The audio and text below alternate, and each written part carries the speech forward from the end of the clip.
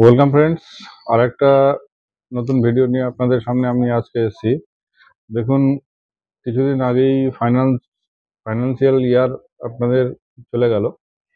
এখন নতুন financial year start হয়েছে। নতুন ফাইন্যান্সিয়াল ইয়ারের মধ্যে একটা নতুন ঘোষণা হয়েছিল যে এটিএম কার্ডের উইথড্রলের মধ্যে এবার 25 টাকা করে চার্জ করা হবে। তো 25 টাকা করে অনেক অনেকে বলেছেন যে আপনি বলেছেন যে 25 টাকা করে কাটবে, কই এখনো তো কাটছে না। প্রপারলি কোনো ব্যাংক কোনো ইনফরমেশন দেয়নি আমাদেরকে যে কটা ট্রানজেকশনের পর কাটবে, কটা ট্রানজেকশন। এমনিতে প্রত্যেকটা ব্যাংকের নিয়ম আছে 4টা করে ট্রানজেকশন হয়। রুরাল এরিয়ায় 5টা হবে, বা কোনো ব্যাংকের ক্ষেত্রে আরবান এরিয়ায় 5টা হবে, রুরাল এরিয়ায় 4টা হবে, বা 4 কি 5-এর মধ্যে। তো 4টা 5টা ট্রানজেকশন করতে পারবেন, তারপরে আপনার এটিএম এর যে উইথড্রল লিমিটটা আছে, লিমিটের পরে গেলে সেটাকে চার্জ করা হবে 25 টাকা করে।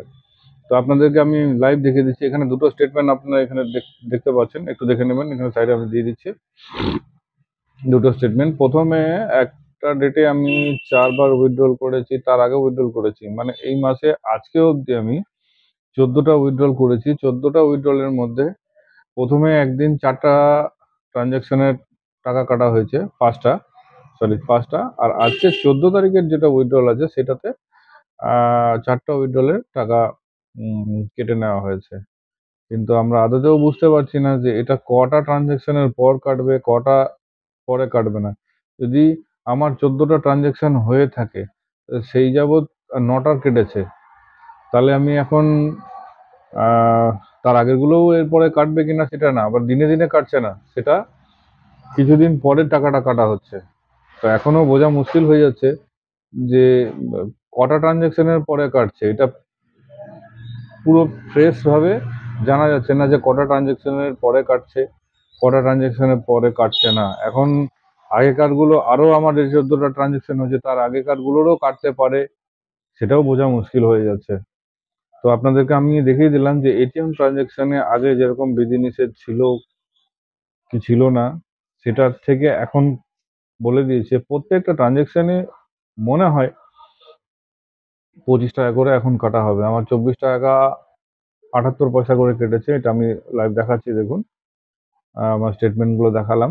তো আপনারা দেখুন, সেইভাবে ডিজিটাল লেনদেন করবেন, কিভাবে ফিজিক্যাল লেনদেন করবেন না, ডিজিটাল লেনদেন করবেন, কতটা করা আপনার মানে দরকার আছে, কতটা দরকার নেই, সেটা একটু বুঝে শুনে এবার লেনদেন করবেন। কারণ ডিজিটাল লেনদেনের উপরেও এখন যেরকম বিধিনিষেধ লাগানো হয়েছে, চার্জ করা হয়েছে, তো সেই হিসাবে দেখতে গেলে খুবই অসুবিধার কারণ হয়ে দাঁড়িয়েছে এইসব ট্রানজেকশন করাতে। কারণ যত দিন যাচ্ছে তত এই ডিজিটাল লেনদেনকে খোলা খোলা হাতে, মানে সরকার চাইছে যে, বা এনপিসিআই বা আরবিআই চাইছে যে সবকিছু ডিজিটাল লেনদেনে আসুক, বা সবাই ডিজিটাল ভাবে লেনদেন করুক। কিন্তু ডিজিটাল লেনদেন করার পরে দেখছি যে উল্টে আমাদেরই আরো ঘাটতি হচ্ছে। এইভাবে চার্জ দেওয়াটা, আগে কাটতো না, এখন কাটে। আগে ব্যাংক বলতো যে আমাদের লিমিট অনেক বেশি আছে, আপনাদের ট্রানজেকশন করুন, কোনো চার্জ কাটবে না, এখন কাটছে। তো আপনাদেরকে বলবো, যারা আমার বন্ধু সহযোগীরা আছে, যারা ব্যাংকে লেনদেন করেন, বা আমার যেসব রিটেলাররা আছে লেনদেন করেন, একটু দেখে শুনে লেনদেন করবেন। ফিজিক্যাল লেনদেন যতটা না প্রয়োজন ততটাই করবেন না, একটু ফিজিক্যাল লেনদেনটা কমিয়ে ডিজিটাল লেনদেনটা একটু বেশি বেশি করবেন। ঠিক আছে, আশা করি ভিডিওটা দেখে আপনাদেরকে জিনিসটা ক্লিয়ার করাতে পারলাম। তো লাইক কমেন্ট করবেন, শেয়ার করবেন। ধন্যবাদ।